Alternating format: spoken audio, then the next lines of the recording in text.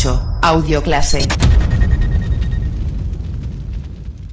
Cuando usted se ha referido al régimen comunitario de extranjería, ha hecho alusión a los ciudadanos comunitarios y a otras personas asimiladas. ¿Nos podría explicar a quiénes se aplica este régimen? Sí, naturalmente.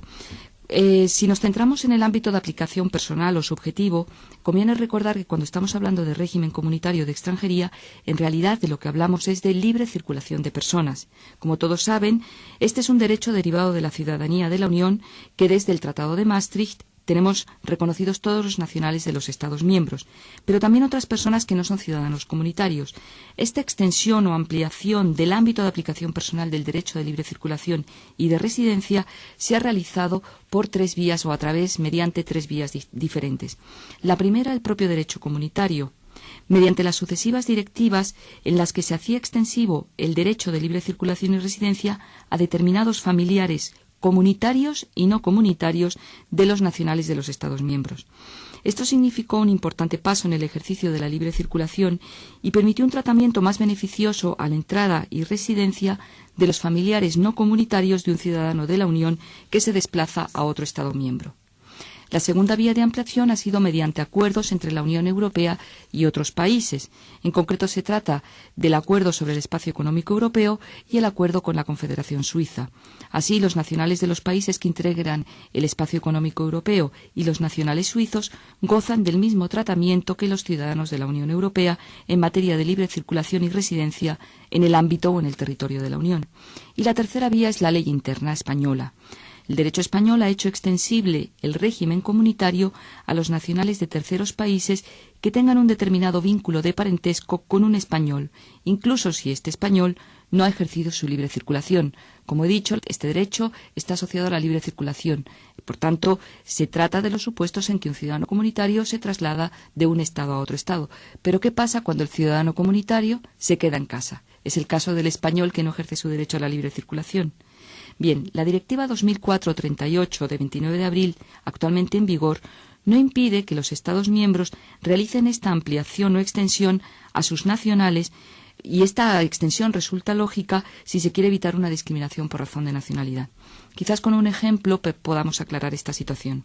Si no se hubiera ampliado el régimen a los nacionales españoles que no ejercen su libre circulación, resultaría un tratamiento discriminatorio porque, por ejemplo, el cónyuge no comunitario de un alemán que se desplaza a España a residir tendría derecho a residir en España con su cónyuge mediante este régimen privilegiado que prácticamente está libre de controles, mientras que el cónyuge no comunitario de un español que no ejerce su libre circulación, que no se mueve de España, no podría acogerse a este régimen más beneficioso y tendría que ser entonces reagrupado según las normas estrictas o más estrictas del régimen general de extranjería. Así que, para recapitular esta pregunta, podemos decir que el régimen comunitario contenido en el Real Decreto 240/2007, relativo a la entrada, libre circulación y residencia, se aplica a los nacionales de los Estados miembros de la Unión Europea, a los nacionales de los países que conforman el Espacio Económico Europeo, a los nacionales suizos, así como a determinados familiares de dichos ciudadanos, incluso a los familiares de españoles que no han ejercido su libre circulación, su derecho a la libre circulación. Entonces, ¿quiénes son estos familiares de españoles que tienen este derecho? Bien, estos familiares de españoles o de comunitarios o de los ciudadanos asimilados a los comunitarios están contenidos en la Directiva de 2004/38 de 29 de abril y son unos supuestos estrictos y tasados. En primer lugar, tienen derecho el cónyuge del ciudadano que se desplaza. Evidentemente, si esta persona tiene la nacionalidad de un Estado miembro, entonces se desplaza en el ejercicio de su libre circulación, pero si no la tuviera, tiene derecho a desplazarse con su cónyuge. En segundo lugar, la pareja. La pareja, de hecho, dice el Real Decreto, pareja con la que mantenga una unión análoga a la conyugal, inscrita en un registro público establecido en un Estado miembro de la Unión o en un Estado parte del Espacio Económico Europeo. En tercer lugar, los descendientes y los del cónyuge o pareja registrada menores de 21 años y mayores de dicha edad que vivan a cargo, y los incapaces. Y finalmente, los ascendientes propios y los del cónyuge o pareja registrada que vivan a cargo. En todo caso, Se excluye a los cónyuges respecto de los que haya recaído un acuerdo o una declaración de nulidad del vínculo matrimonial, del divorcio o separación legal, o se haya cancelado la inscripción registral de la pareja. Como vemos, este régimen es más beneficioso que el régimen general contenido en la Ley de Extranjería y en su reglamento de aplicación. Por ejemplo, si hablamos de la pareja de hecho, el régimen interno no recoge, no permite la reagrupación. Claro, en el régimen general de extranjería hablamos de reagrupación, en el régimen comunitario hablamos de libre circulación, pero en definitiva es una pequeña reagrupación, en definitiva es la protección del derecho a la vida en familia. Pues bien, en el régimen general la reagrupación de la pareja de hecho no está contemplada, no está permitida, y en cuanto a los descendientes, en el régimen general se refiere a descendientes menores de 18 años, en tanto que en el comunitario son menores de 21, se amplía el espectro de familiares. Y por lo que hace a la reagrupación familiar de los descendientes, en el régimen general está permitida, con muchos controles, y según sabemos por noticias de prensa y por lo que hemos leído recientemente, existe un proyecto ya en el Parlamento, un proyecto de modificación de la Ley de Extranjería para no permitir la reagrupación de los ascendientes.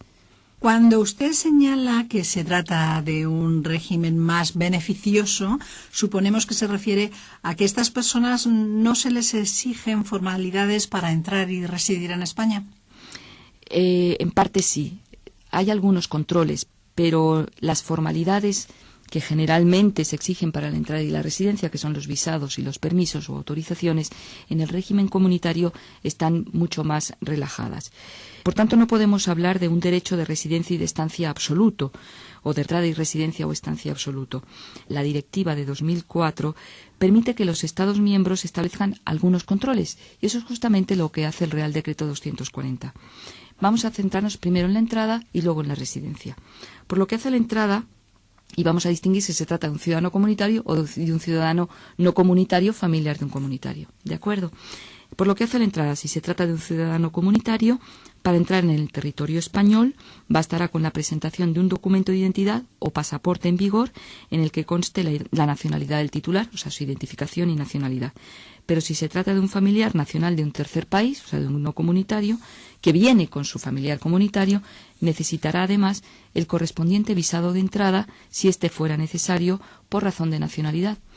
En todo caso, si este familiar ya tuviera una tarjeta de residencia de familiar comunitario expedida por otro Estado miembro, en ese caso no necesitaría un visado de entrada. Como todos saben, los visados de entrada se exigen a determinadas personas en razón de la nacionalidad. Hay algunos países con los que España tiene acuerdos, pero que están además dentro de una lista de la Unión Europea, que no se requiere visado para entrar, pero sí visado para residir. Pues bien, si se trata de un familiar no comunitario de un Estado, de un país tercero, al que no se le exige visado para entrar, este familiar no se le puede exigir el visado de entrada en España. En segundo lugar, la estancia y la residencia. El Real Decreto 240/2007 distingue tres situaciones.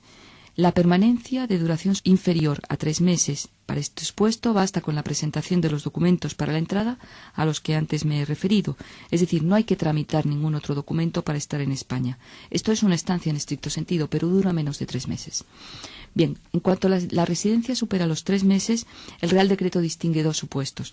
La residencia de carácter no permanente superior a 3 meses y la residencia de carácter permanente. En el primer caso, residencia de carácter no permanente superior a 3 meses.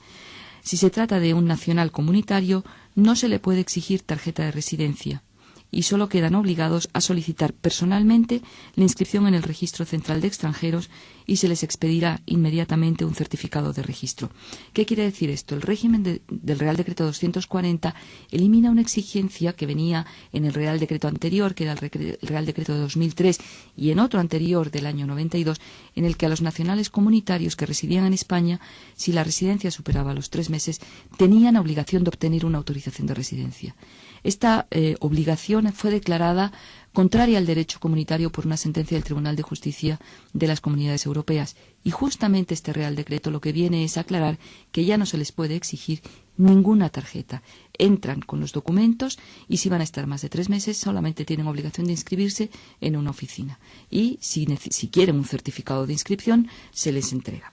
Esto, por ejemplo, para ciudadanos comunitarios que tienen casa en la costa o en España y que vienen a pasar 6 meses al año, por ejemplo, y luego se vuelven otra vez a su país y pasan lo que es el invierno, temporadas aquí, no, solamente tendrían que registrarse en esa oficina que está en depende de las comunidades autónomas, estos registros, aunque son evidentemente oficinas de extranjeros, y si no hubiera una oficina de extranjero específica en el lugar donde resida la persona, en las comisarías de policía.